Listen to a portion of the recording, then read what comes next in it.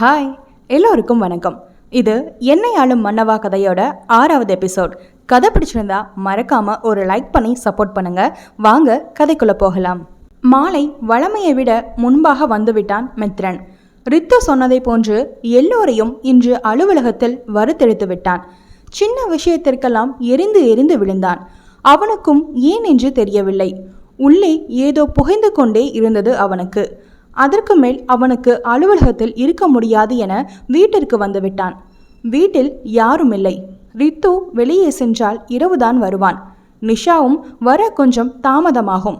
சாந்தவி மட்டும்தான் வீட்டில் இருப்பாள் என நினைக்க ஏனோ ஒரு எரிச்சல் வந்தது. தன் அறைக்கு வந்தவன் முதலில் கண்டது அசதியாய் உறங்கிக் கொண்டிருக்கும் தன் மனைவியைத்தான். அவளை முறைத்து கொண்டே தன் டையை கைகளால் இலக்கினான். தூங்கும் அவளை பார்க்கும்போது கூட அவனுக்கு என்னதான் கோபமோ. பகல்லையே எப்படி தூங்குறா பாரு. மனதில் அர்ச்சித்தவன் மேசையில் டமார் என்று ஓங்கி தட்டினான். அந்த சத்தத்தில் அவள் துயில் கலைந்தாலும் கண்களை விழிக்காமல் சோம்பல் முறித்து கொண்டு மீண்டும் புரண்டு படுத்தாள். சாய்ந்து கொண்டு தூங்கியவள் நேராக தூங்க அவள் சோம்பலில் விலகிய சேலை அவளின் பளிங்கு இடையையும் வாழைத்தண்டு கால்களையும் மறைக்காமல் விட்டது. பாவம், அப்படியே சிலையாகி போனது நம் மித்ரன்தான். பெரிய தொழிலதிபர். இதுவரை பார்க்காத பெண்கள் இல்லை. ஆங்காங்கே பார்ட்டிகளில் அரைகுறை உடையுடன் அலையும் பெண்களை கண்டிருப்பவன்தான். ஆனால் அவன் மனது இதுவரை சரணப்பட்டதில்லை. இப்போது ஏனோ படபடவென அடிக்கத் தொடங்கியது. ஏதோ உணர்வு அவனை உந்த கீழுதட்டை பற்களால் கடித்து கண்களை இறுக மூடிக்கொண்டான். இன்னும் படபடப்பு குறையாமல் இருக்க சட்டென கீழே இறங்கி வந்துவிட்டான். வந்து சோபாவில் தொப்பென அமர்ந்தான். அவளின் இடையழகு மீண்டும் மீண்டும் மனதில் வந்து போக என்ன செய்வது என்றறியாமல் திணறிப்போனான் அவன். சரியாக அப்போது வாசலில் ரித்துவின் பைக் சத்தம் கேட்டது. கண்களை மூடி தன்னை சமன்படுத்தி கொண்டான். ரித்துவும் சாந்தவி தனியாக இருப்பாள் என்றுதான் மாலையே வந்தான். விசில் எடுத்தபடியே வீட்டிற்குள் வந்தான் அவன். என்ன அண்ணா, சீக்கிரமா வந்துட்ட? அவன் அருகில் வந்து ஷூவை கலட்டி கொண்டே கேட்டான் ரித்து. தலைவலி. ஒற்றை வார்த்தையில் பதில் சொல்லிவிட்டு ரித்துவை கூர்மையாக பார்த்தான் மித்ரன். அவனும் இன்று சீக்கிரமாகவே வந்து விட்டான் தானே. நீ என்ன இந்த நேரத்துக்கெல்லாம் வந்துட்ட? டார்லிங் தனியா இருப்பாள்ல, அதுதான். அவன் சொல்லவே மித்ரனுக்கு முகம் இறுகியது. அதை பார்த்ததும் ரித்து உதட்டுக்குள் சிரித்து கொண்டான். ஆமா, டார்லிங் எங்க காணோம்? கண்களை அங்கும் இங்கும் அலைய விட்டு அவளை தேடியபடி கேட்டான். மேலே தூங்குறா. அண்ட் அவளை இனி டார்லிங்னு கூப்பிடாத. எரிச்சலுடன் சொல்பவனை சந்தேகமாகி பார்த்தான் ரித்து. ஏனோ என்று இரு புருவங்களை உயர்த்தி கேட்டான். எனக்கு பிடிக்கல. ஓ, அப்போ ஓகே. ஒருவித ஏளன குரலில் சொல்லிவிட்டு மாடிப்படி ஏறினான் ரித்து. டேய் நில்லு, எங்க போற? பதறிக்கொண்டு கேட்டான் மித்ரன். அவள் இருக்கும் நிலைதான் அவனுக்கு தெரியும் அல்லவா. அவளை எழுப்ப போறேன் சாதாரணமாக சொல்லிக்கொண்டு மீண்டும் படியேறினான். அதெல்லாம் ஒன்றும் தேவையில்லை. பதறிக்கொண்டு ஒரு எட்டில் அவனை அடைந்து பிடித்து இழுத்தான். அவதான் தூங்குறாள், விடு, அவன் அவசரமாக சொன்னான். ரொம்ப நேரமாக தூங்கியிருப்பா. அவ ஒரு கும்பகரணி. நான் போய் எழுப்புறேன். அண்ணனிடமிருந்து கைகளை பறித்து கொண்டு செல்ல போனவனின் ஷர்ட்டை பிடித்தெழுத்தான் மித்ரன். நான் போய் எழுப்புறேன், நீ போய் ஃப்ரெஷ்அப் ஆகு. சொன்னவன் தாமதியாது வேகமாக தன் அறையை நோக்கி சென்றான். இவன் ஏன் இப்போ இவ்வளவு ரியாக்ட் பண்ணுறான்? சரியில்லையே என்று புலம்பிக் கொண்டே தன் அறைக்கு சென்றான் ரித்து. அறைக்குள் சென்ற மித்ரனின் நிலைமையோ முன்னதை விட கவலைக்கிடமானது. அவள் அப்படியேதான் தூங்கிக் கொண்டிருந்தாள். இவ வேற. முணுமுணுத்தவன் அவளை தட்ட கையை கொண்டு செல்ல அவன் புறமாக சாய்ந்தாள் அவள். மின்விசிறி செய்த வேளையால் அவள் சேலை நன்றாகவே விலக அவள் கூந்தல் அவளின் முகத்தில் படர்ந்தது. ஐயோ! கண்களை மூடி தன் சிகைக்குள் கையை நுழைத்து அழுத்தி கொடுத்தான். ஆஸ்வாசமாக மூச்சுக்களை இழுத்து விட்டான்.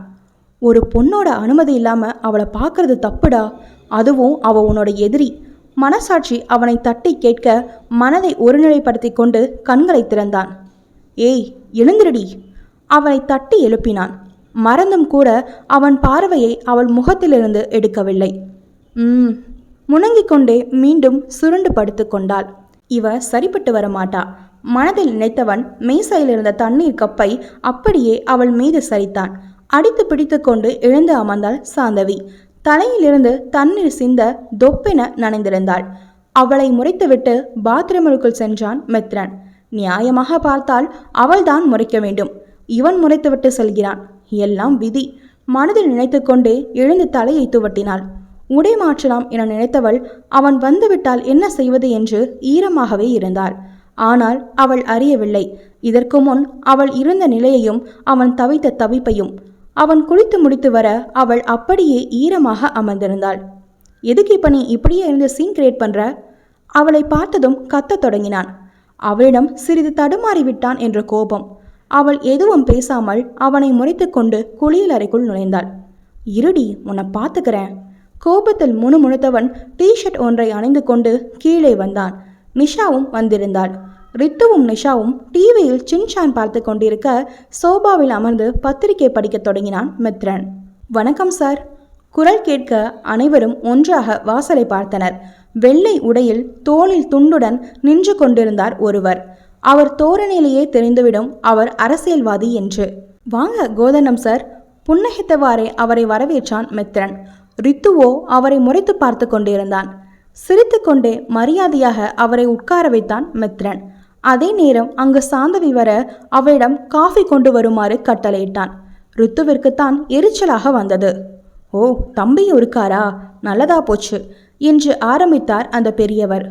அப்புறம் தம்பி என்ன பண்றீங்க? ரித்துவிடம் கேட்டார் அவர். ஏன், தெரிஞ்சுக்கிட்டே தானே வந்தீங்க? ஒருவித எரிச்சலுடன் சொன்னான் ரித்து. ரித்து, அவனை அதட்டினான் மித்ரன். அவன் ஜேர்னலிஸ்டா ஒர்க் பண்றான் என்று மித்ரன் சொன்னான். ஓ, இவ்வளவு சொத்து இருக்கு உங்களுக்கு, எத்தனையோ கம்பெனி இருக்கு, எதுக்கு தம்பி அந்த வேலையெல்லாம் பார்க்குறாரு? அவர் அழுத்தமாக கேட்டார். ரித்துவிற்கு ஏன் அவர் அப்படி கேட்கிறார் என்று நன்றாகவே தெரிந்தது. அவனுக்கு இஷ்டப்பட்டதை செய்கிறான் சார். இஷ்டப்பட்டதை செய்கிறது பிரச்சனை இல்லை தம்பி, அடுத்தவங்களை கஷ்டப்பட வைக்கக்கூடாது. குதர்க்கமாக பேசினார் அவர். என்ன இப்போ மிரட்ட வந்திருக்கீங்களா? கொதித்து கொண்டு வந்தான் ரித்து. ரித்து, நீ பேசாமிரு. அவனை அதட்டிவிட்டு கோதண்டத்திடம் திரும்பினான் மித்ரன். என்ன பிரச்சனை சார்? பாரு தம்பி, உன்கிட்ட இருக்கிற விவரம் உன் தம்பி கிட்ட கிடையாது.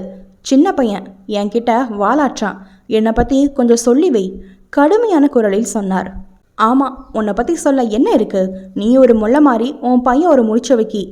ஏளனமாக அவன் சொல்ல மித்ரன் அவனை முறைத்தான். ரித்து, பெரியவன்கிட்ட இப்படி பேசாத, சாரி கேளு. ரித்துவிடம் கத்தினான் மித்ரன்.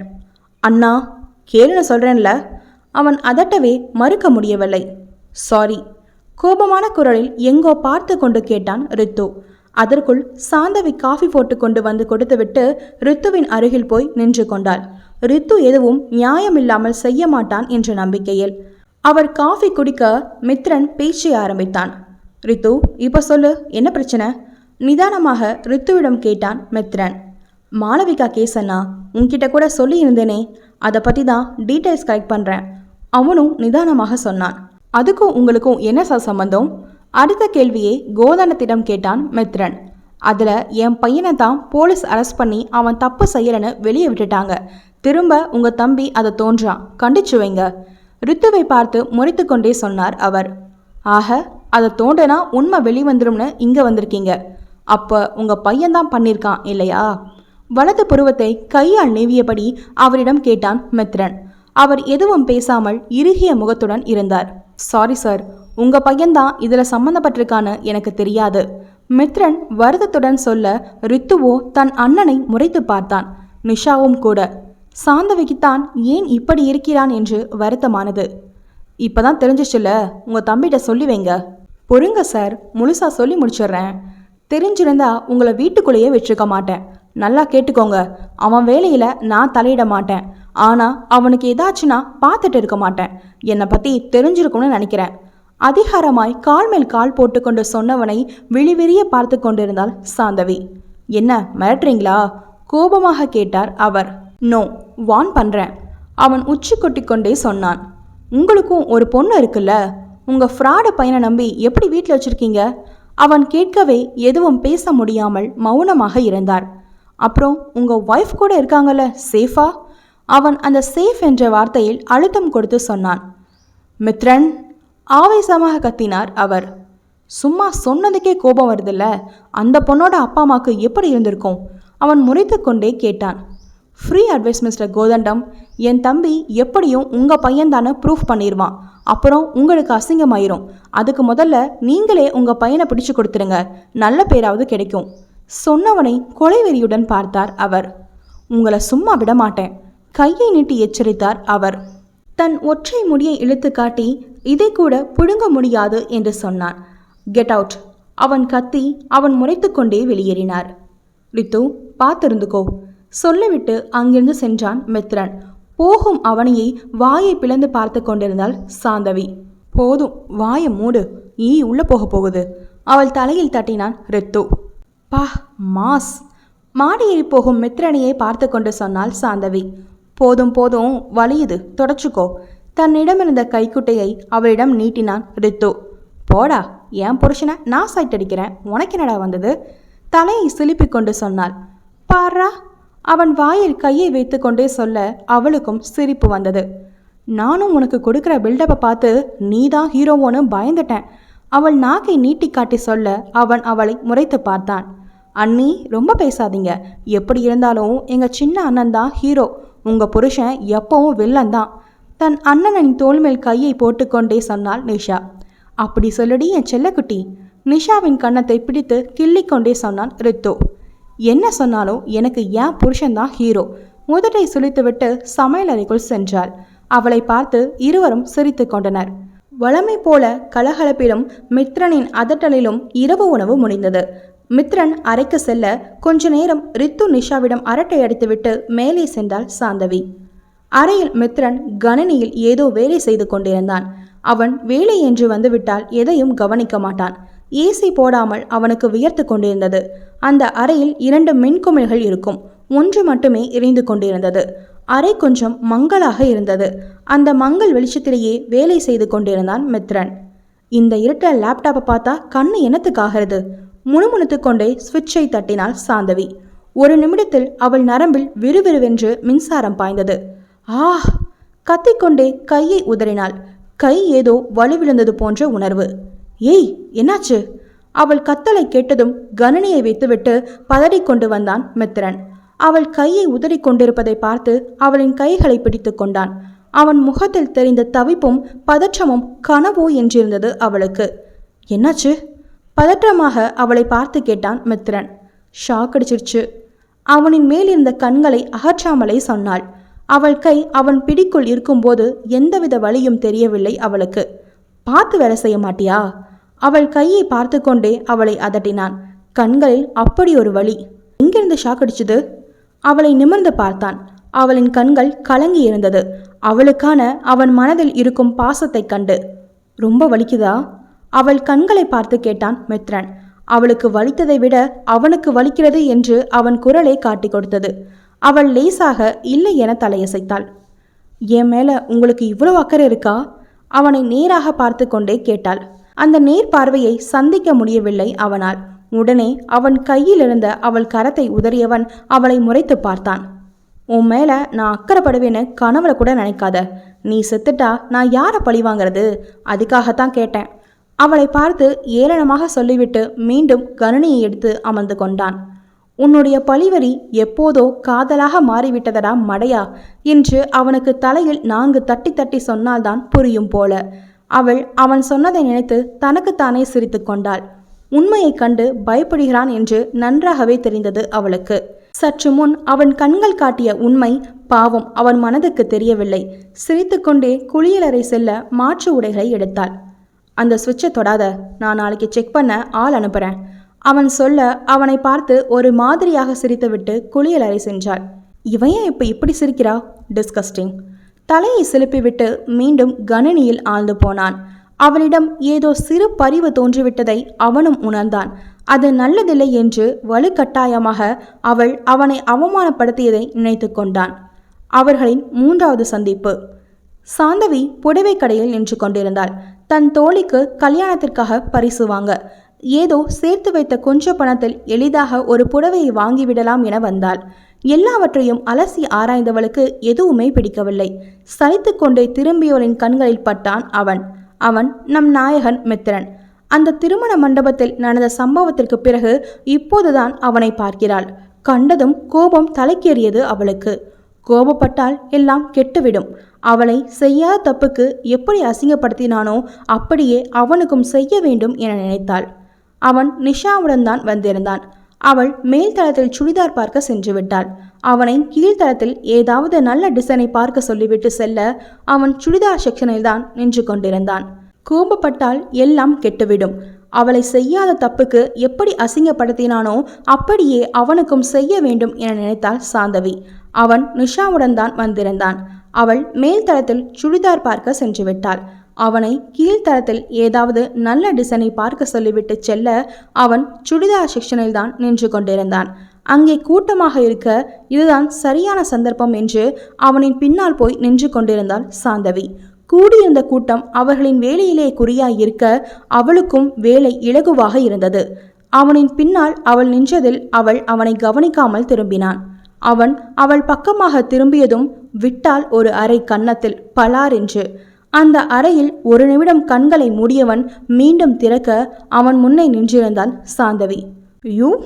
அவன் கத்தவே அதற்கு முன் அவள் பொரிய தொடங்கிவிட்டாள். யூ ராஸ்கல், என்ன தைரியம் இருந்தா ஏன் மேல கை வைப்ப? ஒரு பொண்ணை கண்டா உன்ன மாதிரி ஆளுங்கெல்லாம் இதே வேலையா போச்சுல்ல? அவள் கத்திய கத்தில் எல்லோரும் அவனையே பார்த்து கொண்டிருந்தனர். அவள் திட்டமும் பலித்தது. இதுக்காகவே வருவீங்களாடா? அவள் கையை காட்டி எச்சரித்தாள். அவளை கொன்றுவிடும் கோபம் வந்தது அவனுக்கு. அவள் எதற்காக இப்படியெல்லாம் செய்கிறாள் என்று அவனுக்கு தெரியாமல் இல்லை. பொண்ணுங்களை நிம்மதியாவே இருக்க விட மாட்டீங்களா? சே, என்ன ஜென்மமோ நீங்கெல்லாம்! படபடவென புரிந்தவள் அவனை ஏளன பார்வை பார்த்தாள். அவன் நான் செய்யவில்லை என்று கத்தி கூப்பாடு போடும் ரகமல்ல. அவளையே முறைத்து பார்த்து கொண்டிருந்தான். டிஸ்கஸ்டிங்! அவனை போல சொல்லி காட்டியவள் விறுவிறுவென்று அங்கிருந்து சென்றாள். அவன் கோபத்தில் பற்களை கடித்து கொண்டிருக்க கூட்டத்தின் ஓரிரு குரல்கள் அவனின் காதில் விழுந்தது. இவனுங்கெல்லாம் திருத்தவே முடியாது. பெரிய இடத்து பையன் மாதிரி தெரியுது, ஆனா பண்ற வேலையெல்லாம் சில்லறத்தனம். எல்லா குரல்களும் அவளின் மீதான கோபத்தை கூட்டின அவனுக்கு. சமூகத்தின் மீதும் அவனுக்கு கோபம் கூடியது. இந்த சமுதாயம் ஒரு பெண் சொன்னால் உடனே நம்பிவிடும். பெண்களுக்கு பாதுகாப்பு இல்லை என்பது உண்மைதான். ஆனால் எல்லா நேரத்திலும் பெண்களிடமே நியாயம் எதிர்பார்க்கிறது இந்த சமுதாயம். உன்னை சும்மா விடமாட்டேன், மனதினுள் கருவிக்கொண்டான் மித்ரன். இப்போது அதை நினைக்கும் போது கூட அவளின் மீது கொலை கோபம் வந்தது அவனுக்கு. சரியாக அந்த நேரம் பார்த்து குளியல் அறையிலிருந்து அவளும் வர கணனியை மூடிவிட்டு எழுந்தான் மித்ரன். அவள் அவனை கடந்து செல்ல அவளின் கரத்தை பற்றி தன் பக்கமாக இழுக்க பதறி போனாள் அவள். உனக்கு ஞாபகம் இருக்கா? ஒரு தடவை நான் உன்னை தொடாமலேயே உன்னை தொட்டேன்னு அரைஞ்ச ஒரு வன்மத்துடன் கேட்டான் அவன். அவளுக்கு எப்படி மறக்கும்? அவள் வாழ்க்கையை புரட்டி போட்ட நிகழ்வுகள் எல்லாம். அவள் பேசாமல் இருக்க அவனை தொடர்ந்தான். செய்யாத தப்புக்கு அடிச்சல்ல, இப்போ உரிமையோட தொடுறேன், அடிடி பார்க்கலாம் சொல்லிக்கொண்டே அவள் இடுப்பில் கை வைத்து அவளை அவன் தன் பக்கமாக இழுக்க சிலிர்த்து போனாள் அவள். உள்ளங்காலிலிருந்து பிறை நெற்றி முதல் ஏதோ ஒரு மின்சாரம் பாய அவனை விழிவிரிய பார்த்தாள். அவள் அருகில் அவன் முகம். இதுவரை இவ்வளவு அருகில் அவனை பார்த்ததில்லை. அவள் வெற்றி இடையில் ஈரம் ஒட்டியிருக்க அதில் கை வைத்தவனுக்கும் உடம்பெல்லாம் சிலிர்த்து ஏதோ உணர்வுகளை கொடுத்தது. அதைவிட அவளின் பார்வை உள்ளுக்குள் அவனை துளைத்தெடுத்தது. ஆனால் ஒரு நிமிடத்தில் தன்னை சமாதானப்படுத்தி கொண்டான். இப்ப யார்கிட்ட போய் சொல்றேன்னு பார்க்கலாம். உரிமையவன் அவளை இன்னும் அவனோடு சேர்த்தணைக்க அவள் கண்களை இறுக மூடி அவன் டிஷர்ட்டை கைகளால் இறுக்கி பிடித்து கொண்டாள். சத்தியமாக அதற்கு மேல் அவனால் முடியவில்லை. அவள் நெருக்கம் அவனை தடுமாற செய்தது. அவளிடம் நெருங்கும் அவன் மனதை கட்டுப்படுத்த முடியாதவன் அவளை தள்ளிவிட்டான். அவள் நிலை தடுமாறி கட்டிலில் விழுந்தாள். ச்சே, நீ எல்லாம் ஒரு பொண்ணா? ஒருத்தனை காதலிக்கிற, என்கிட்ட இப்படி ஒட்டிட்டு நிற்கிற? சீ! அவளை காயப்படுத்தும் நோக்கில் சொல்லிவிட்டு குளியல் அறைக்குள் சென்றான். அவனால் எதுவும் செய்ய முடியாத நிலையில் அவனின் ஆயுதம் வார்த்தைகள் மட்டுமே. அதை கேட்டவளுக்குத்தான் நெருப்பில் நிற்பது போன்றிருந்தது. அவனிடம் தன்னிலை மறந்தது எவ்வளவு தவறென்று புரிந்து கொண்டாள். இனி இப்படி ஒரு முட்டாள்தனமான காரியம் செய்யக்கூடாது. கொஞ்ச நேரம் முதல்தான் அவனின் பாசத்தை நினைத்து சந்தோஷப்பட்டாள். ஆனால் அது இல்லை. அவள்தான் தவறாக புரிந்து கொண்டாள். அவன் தன்னை பழிவாங்கத்தான் நெருங்குகிறான். அந்த நெருங்குதலில் காதல் இல்லை, பழிவெறிதான் உள்ளது. அந்த நெருக்கத்தை அவள் எப்படி அனுமதித்தாள் என்று நினைக்கவே அவள் மீது அவளுக்கே கோபம் வந்தது. ஒரு முடிவுடன் கண்களை துடைத்து கொண்டவள் அவன் வரும் முதல் தலையணையை தலையில் போட்டு கண்களை மூட கொஞ்ச நேரத்தில் நித்ராதேவிடம் சரணடைந்தாள். புது விடியல் யாருக்கு என்ன தர காத்திருக்கின்றதோ?